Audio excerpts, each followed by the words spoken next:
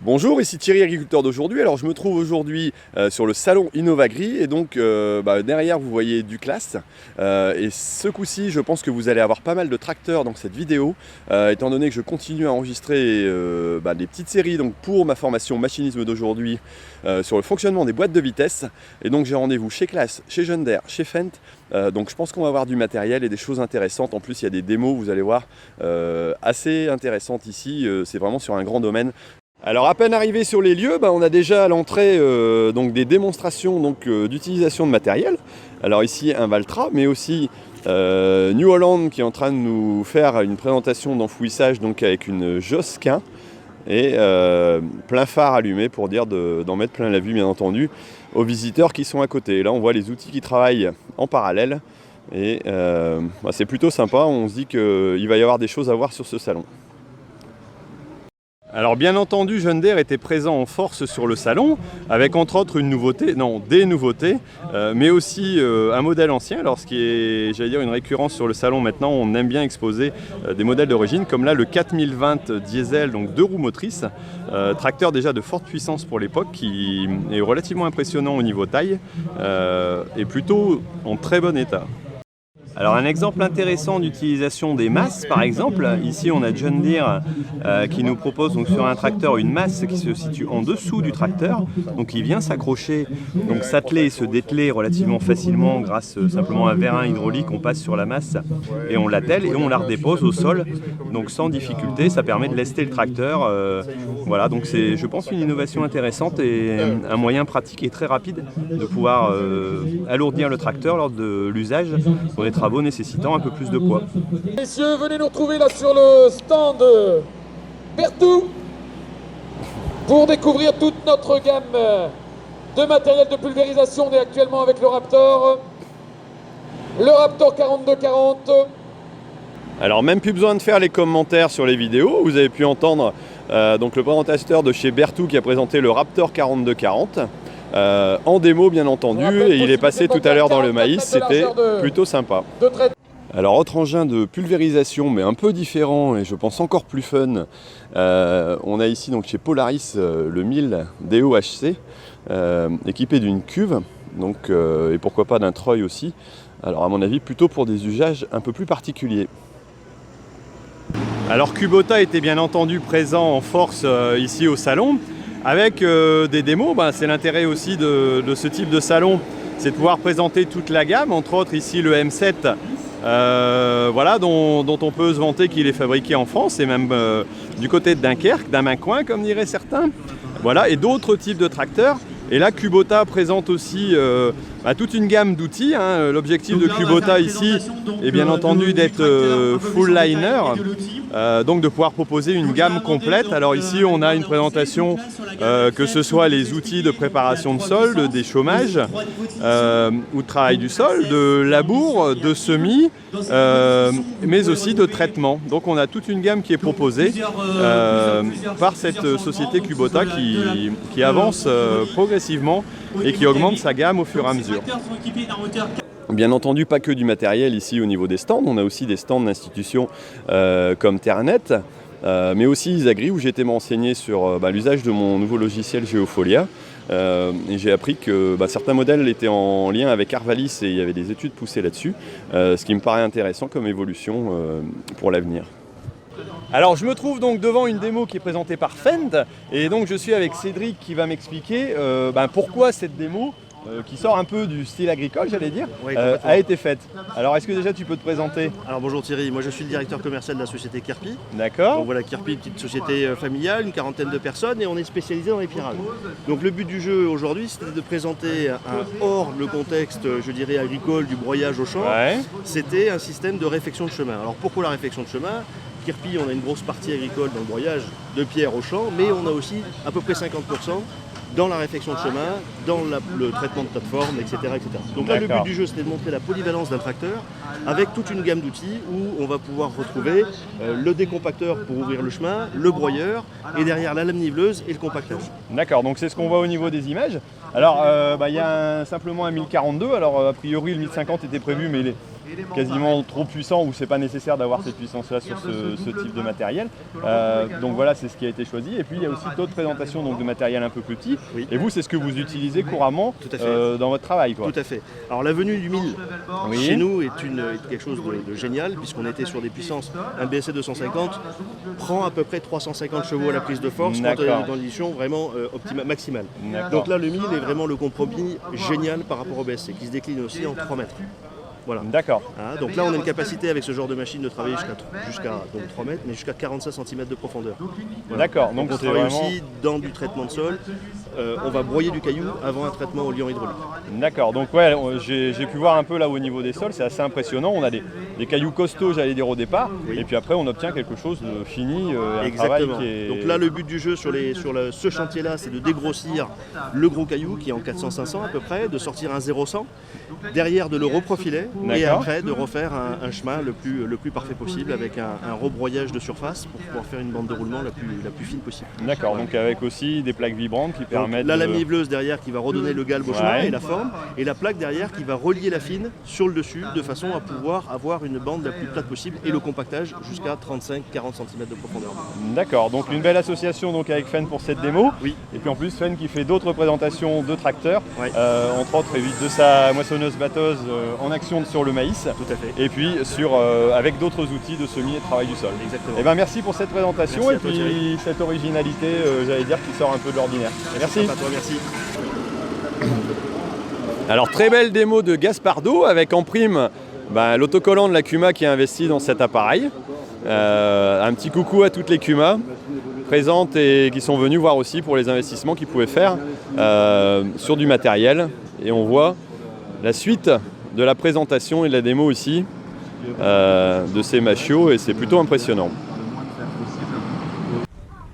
Alors quand on parle d'agriculture, on ne peut plus faire sans parler d'agroécologie. Alors il y avait différentes manifestations, dont des présentations, des explications, donc entre autres de Mathieu Archambault aussi, sur les TCS bien entendu, sur la diversification en bio, et bien entendu la présentation de matériel spécifique utilisé pour ce type de production.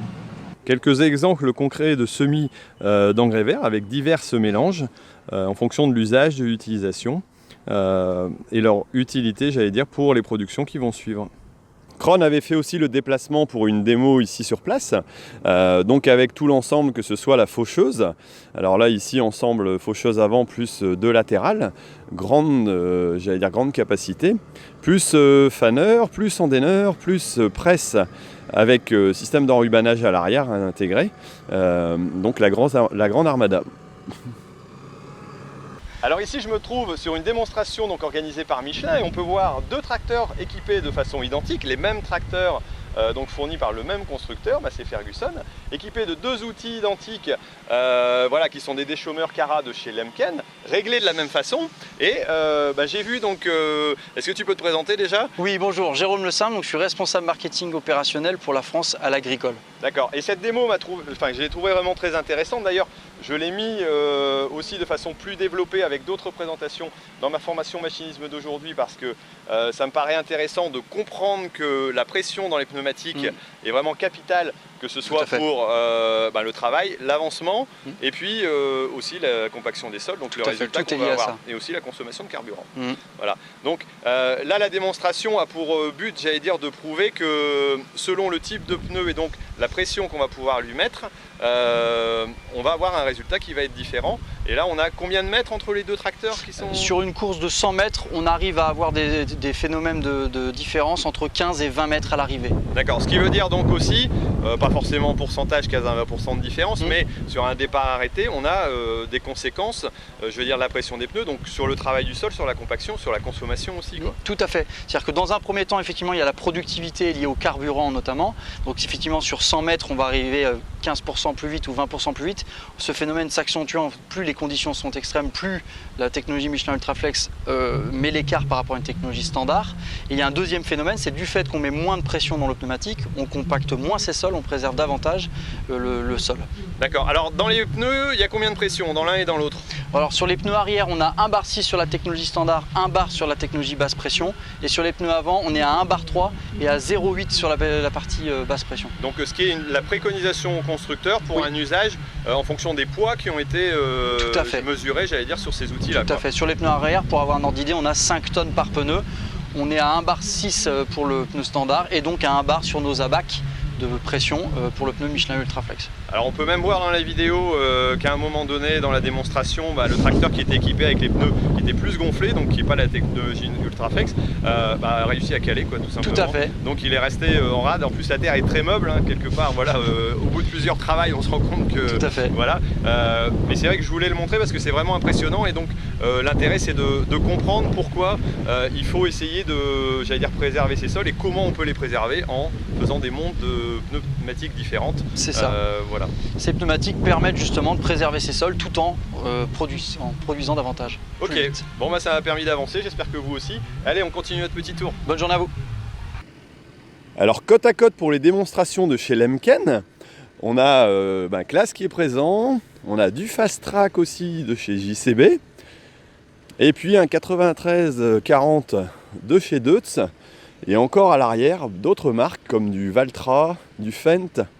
Voilà, donc des démos plutôt sympas en perspective. La société Lemken était présente en force, avec entre autres le Solitaire 25, donc équipé en traction d'un 936 de chez Fendt. Voilà, pour le plaisir. Et là donc on voit l'ensemble donc avec une herse rotative, donc un système semi-porté. Pour le respect des sols, je pense que ça peut être intéressant. Et un nouveau système donc, de trémie avec un remplissage sur le côté en annexe. Bon, vu la dimension, je pense que c'est indispensable. Ensemble de gros gabarits intéressants à voir. Et il y avait aussi bien entendu d'autres présentations d'outils de la gamme de chez Lemken. Toujours pour rester dans les tracteurs, on a ici un exemple de tracteur plutôt sympa en espèce de mécano de chez Hydrokick, donc maison française, qui donc présente les différents montages qu'on peut y avoir en kit hydraulique sur un tracteur de ce type-là. Alors une démonstration plutôt intéressante donc d'un outil, le Tractolock, donc qui est un prototype, mais qui permet d'atteler l'outil donc avec un temps record, 1 minute attelage et dételage compris. Et on peut voir un peu tout le fonctionnement. Donc ça lie la prise de force, ça lie l'hydraulique, ça ne lie pas l'électrique, là c'est un peu trop complexe, mais bon, s'il n'y a plus qu'une prise à brancher, ça me paraît intéressant. Et bon, certes un déport vers l'arrière, mais outil intéressant pour gagner peut-être un peu de temps sur attelage et dételage quand on doit le faire régulièrement. Les activités sont classées j'allais dire par catégorie, et entre autres on a l'irrigation qui est présente aussi avec le pivot, le canon, le goutte à goutte, donc dans un même secteur, ce qui est plutôt pratique pour pouvoir accéder à, j'allais dire, les différents intervenants auxquels on pourrait avoir affaire et étudier d'éventuels projets. Bon écoutez, je vais vous dire au revoir pour ce coup-ci. Alors j'espère que vous avez apprécié cette petite balade. J'ai vraiment essayé d'orienter déjà sur la traction parce que c'est ce qui m'intéressait pour la formation machinisme d'aujourd'hui. Si vous ne vous êtes pas inscrit à la formation, que vous voulez des renseignements, n'hésitez pas à cliquer ici en dessous sur le lien où vous pourrez éventuellement vous inscrire pour la prochaine édition de cette formation. Et puis en tout cas, si la formation ne vous intéresse pas ou que vous voulez le voir plus tard, vous avez toujours les vidéos qui passent tous les vendredis donc sur ma chaîne Agriculteur d'aujourd'hui. Alors si vous avez apprécié, mettez-moi un petit pouce, vous savez que j'aime bien le bleu et donc ça me fera plaisir. Et puis n'hésitez pas à partager avec d'autres voilà, pour expliquer le métier d'agriculteur. Et moi voilà, je vous dis au revoir et puis je vois qu'il y a Bibendum qui est en train de vous saluer aussi, donc qui m'accompagne pour vous dire au revoir. Allez, je vous dis à bientôt, à la semaine prochaine en tout cas pour une nouvelle vidéo sur Agriculteur d'aujourd'hui. Allez, salut! Le bêtisier, ça promet. C'est flou pour l'instant.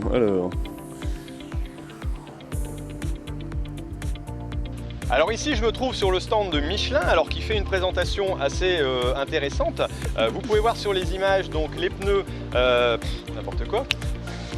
Voilà. C'est pas grave. Bonjour, ici Thierry, agriculteur d'aujourd'hui. Alors je me trouve ici sur l'entrée d'Innovagri et je vous propose de faire un petit tour avec moi. Je vais enlever mes lunettes de soleil parce qu'il ne fait pas si beau que ça pour l'instant, on est au matin. Et il va y avoir du lourd, du très très lourd. Il va y avoir du lourd, du très très lourd.